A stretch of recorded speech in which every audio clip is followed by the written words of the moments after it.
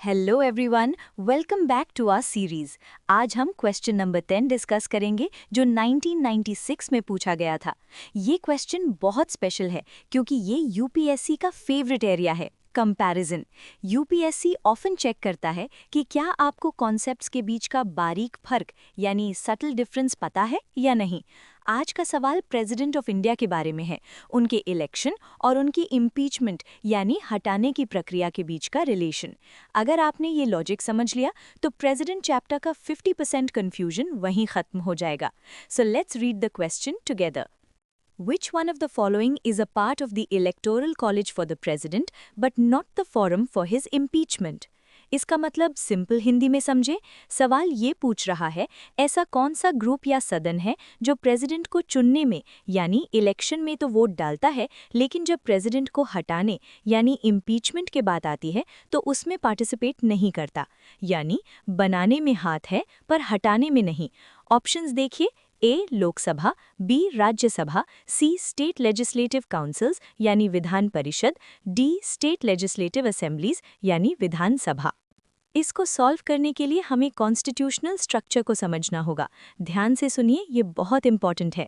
President of India पूरे देश के हेड होते हैं, सिर्फ सेंटर के नहीं बल्कि स्टेट्स के भी। इसलिए डॉक्टर अंबेडकर और हमारे कॉन्स्टिट्यूशन मेकर्स ने डिसाइड किया कि प्रेसिडेंट के इलेक्शन में फेडरल स्ट्रक्चर दिखना चाहिए।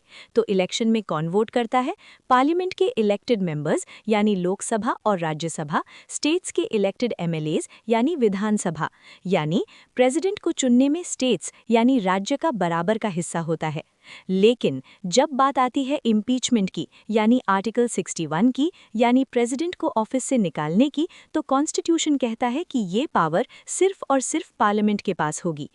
इम्पीचमेंट में स्टेट्स यानी एमएलएज का कोई रोल नहीं होता, वहां सिर्फ लोकसभा और राज्यसभा के मेंबर्स वोट करते हैं।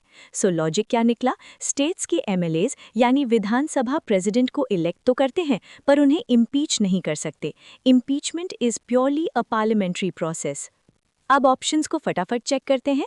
Option A Lok Sabha and B Rajya Sabha, ये तो दोनों जगह होते हैं, इलेक्शन में भी वोट करते हैं और इम्पीचमेंट में भी पार्टिसिपेट करते हैं, तो ये आंसर नहीं हो सकता।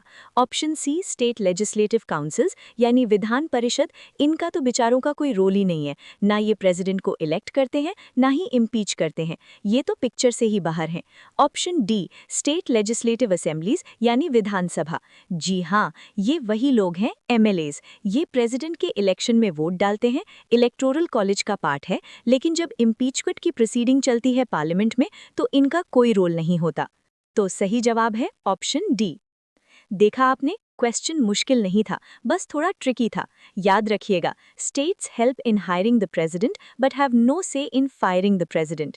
अगर आप ऐसे ही कॉन्सेप्ट्स को ब्रेक करके पढ़ेंगे तो पॉलिटी आपका स्ट्रॉन्गेस्ट सब्जेक्ट बन जाएगा। कोई भी डाउट हो तो नीचे कमेंट्स में लिखिए, मैं पर्सनली रिप्लाई करूंगी। मिलते हैं अगले क्वेश्चन के साथ। Keep studying hard and believe in yourself.